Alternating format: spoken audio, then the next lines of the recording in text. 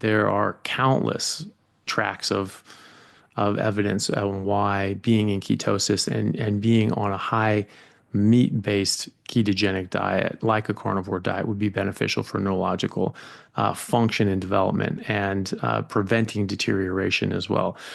What he's referring to is that in the hippocampus, higher ketone levels have been shown to actually, you see actually growth of the hippocampus and improved memory and things like that. So that's a big one right there. But it's going to be sort of a global pattern. If you have all these nutrients, your brain will be able to function more properly. Long term, being in ketosis is going to allow it to do that as well. I mean, we're seeing people.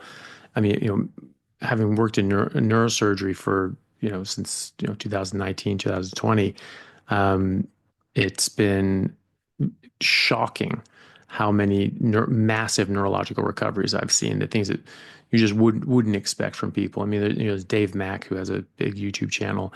He had a stroke 30 years ago, and he had severe right-sided weakness for the next 30 years. And he had a bad limp, and he was very unstable on his feet. He'd fall all the time. It's very difficult to go up and down stairs. And then 3 months on a carnivore diet, all of a sudden his wife said, "Hey, you're not limping. What's going on?" And he was just like, "What? Really? Film me." And sure enough, he wasn't limping anymore. If you really look at him and you know what to look for, you can see a slight hitch in his gait. It's very subtle. And so, he was saying that most of his strength returned, not 100%, but about 80%. Well, he was at 20% before for 30 years. How is that supposed to be? What we are taught and what we are taught to teach people is that the brain can't do that. The nervous system can't do that. Basically, it's slow to heal. You get about, a year or two of growth. And if you don't get anything, whatever your recovery is after 2 years, that's as good as it's going to get. This is 30 years later, and all of a sudden, massive improvement.